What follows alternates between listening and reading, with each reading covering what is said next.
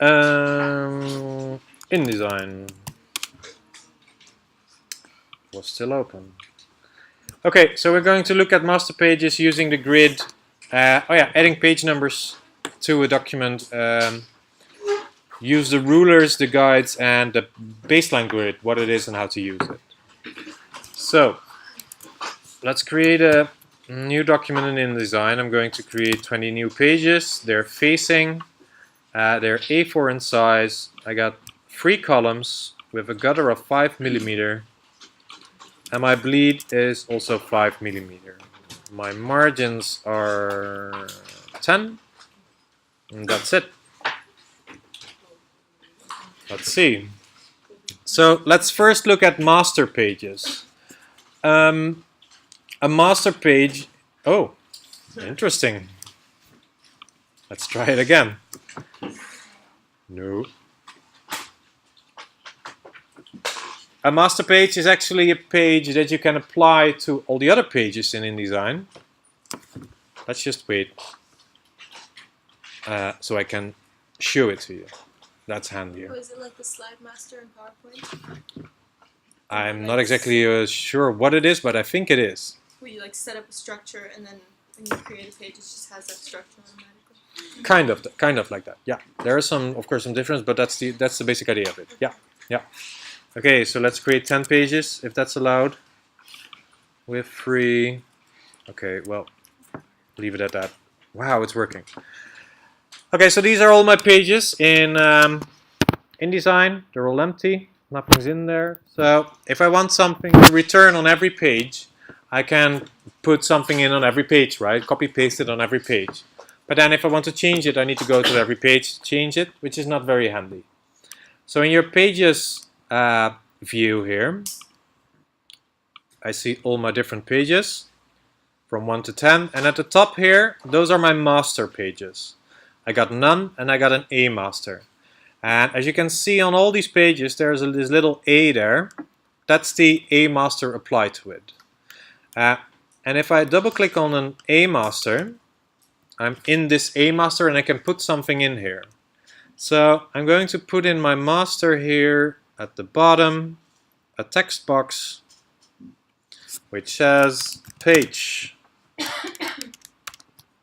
And then I want the page number to appear, and InDesign can put that in for you automatically with where you want the page number to appear ready, the cursor there.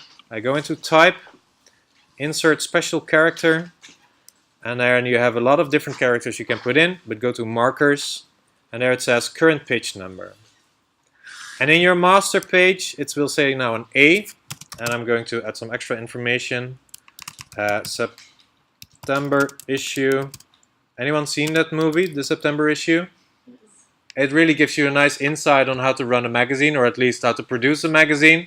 It's all about the Vogue September issue, so it's all about fashion, but it's really cool to watch in terms of how to create this magazine, and in terms of photography, what they do, and what a bitchy lady is that's running the whole thing.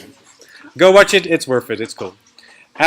So, in my master page, I got this page A, September issue 2015. I'm still in my master page. So let's see now in page 1. This is my page 1. And you see, nothing's in there. Why? What? It's the cover, but I put something in A master, right?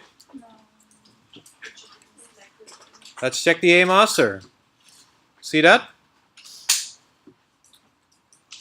My A master has 2 pages, so it's also 2 pages that I put on all the other pages. So this is on the left, and I put nothing on the right. So my first page is the right page. There's nothing here, but if I scroll down, there it is. So here you see there's page 2, there's page 4, and so on. So if you put something in the master, I can put it on every page because I apply the A master to all these pages, right? So now let's say I want another master. I'm in my masters. I say new. And I got a B master. Right now, there's nothing in it. And I'm going to make it difficult for you now.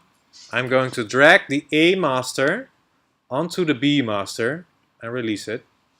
And now you see here that there's another A.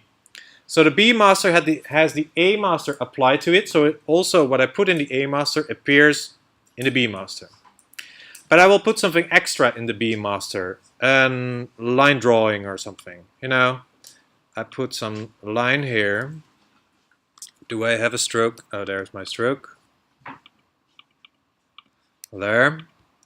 I put something there. And I put some, oh, let's put a nice circle here. There.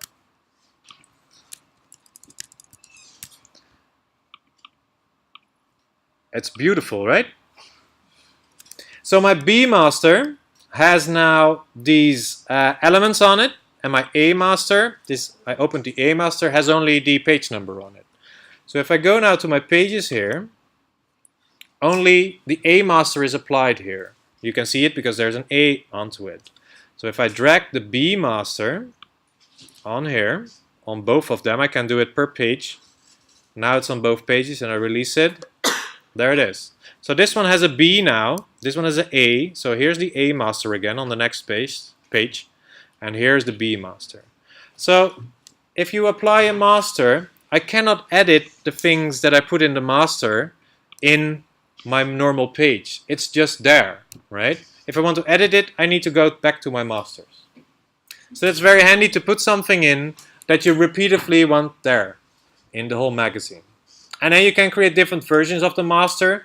For example, if I don't want anything on a page, because I know, yeah, it's going to be an advertisement, for example, I can just drag the none to, for example, this one. And on page 4, there's nothing. And then it continues again there. See that? So in that way you can make the structure of putting the same things all over again in your magazine very easily, and also change them again very easily, because you just have to change them in your master and then it appears everywhere else.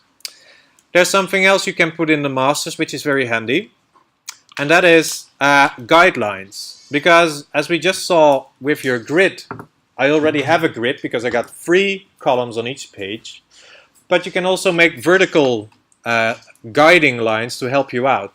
For example, if you got articles and you want at exactly the same spot on all the articles the header to appear. At the top and the side here you got rulers, and if you click on them and drag out, you can create a new guideline. And I can release it anywhere I want, and I'm still in the master, so I'm going to release it here. I'm in the A master, so that means that on this page, on every page from now on, there's this guide appearing on exactly the same spot. Here there was none, that's this page, none applied, and here it is again. So then I can use that to put in text, a header, something, or to start up with an image or whatever. Okay, so that's it about masters and how to use them, right? That's clear? Remember how to put in a page number with your text, go into type, insert special character, markers, current page number. Yeah? That about masters for now. Now let's talk about how to use the grid. I showed you the guides, I showed you these rulers, and we need to talk about the baseline grid. Let's put in some text to work with. That's one text box. Second text box. I'm going to make a lot of text. There. And I'm going to link those together. So with this one, I press this little box there, link it to that one, and this one is going to be linked to this box. So if I'm going to place here an article, let's look up an article. What you also need to do later on, I'm just going to look at something here. There it is. No.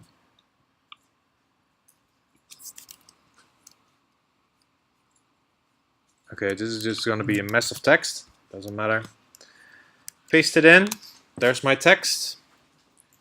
it's all connected and it still doesn't fit. You can see that by this red plus here.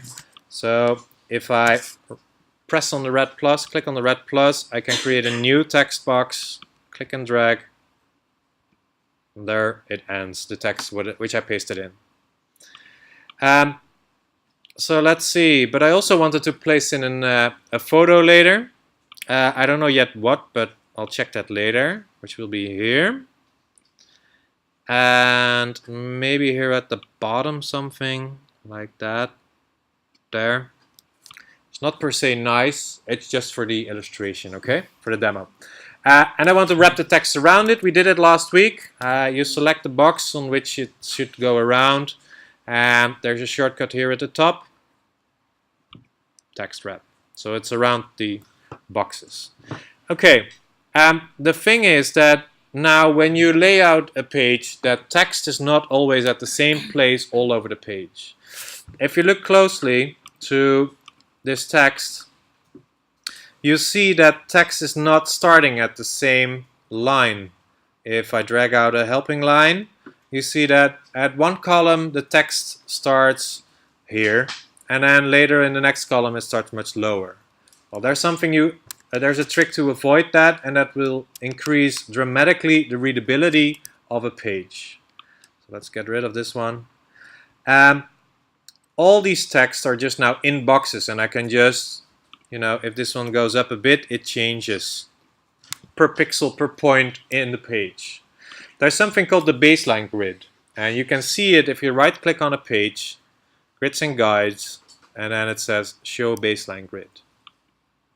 There it is. If you don't see it when you do it, zoom in a bit and then you will see it.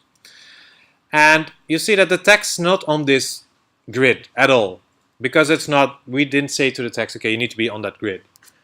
So what I do, I select the text and I just do it abundantly now, and you go into type paragraph, because in your paragraph settings you can set down below here, do not align to the baseline grid or align to baseline grid. And this is what happens. So it's laying down the baseline of every word and every line onto those blue grid lines. But it doesn't fit, right? There's a lot of space in between them. So there's two options you can follow now. Or you're going to make the text smaller, or you're going to increase the baseline grid space. So the first thing I'll show you is making the text smaller, but that's not always a good option. Your magazine should still be readable. Now this is 0.12 Minion Pro, this is okay, and if it's smaller, but 10 is, it's still doable, but okay. But if you make an elderly magazine, that wouldn't be handy. So this is one way to do it. Change the grid then, to just make the grid bigger? Yeah, we're going to make the grid bigger. So you see now, just to show you here on this, this side here, that every line here has its own text on it. And if you look at it, it looks very, well, at least it looks more readable than it's not on the baseline. So use it for every text you put in. So let's look at how to make the, how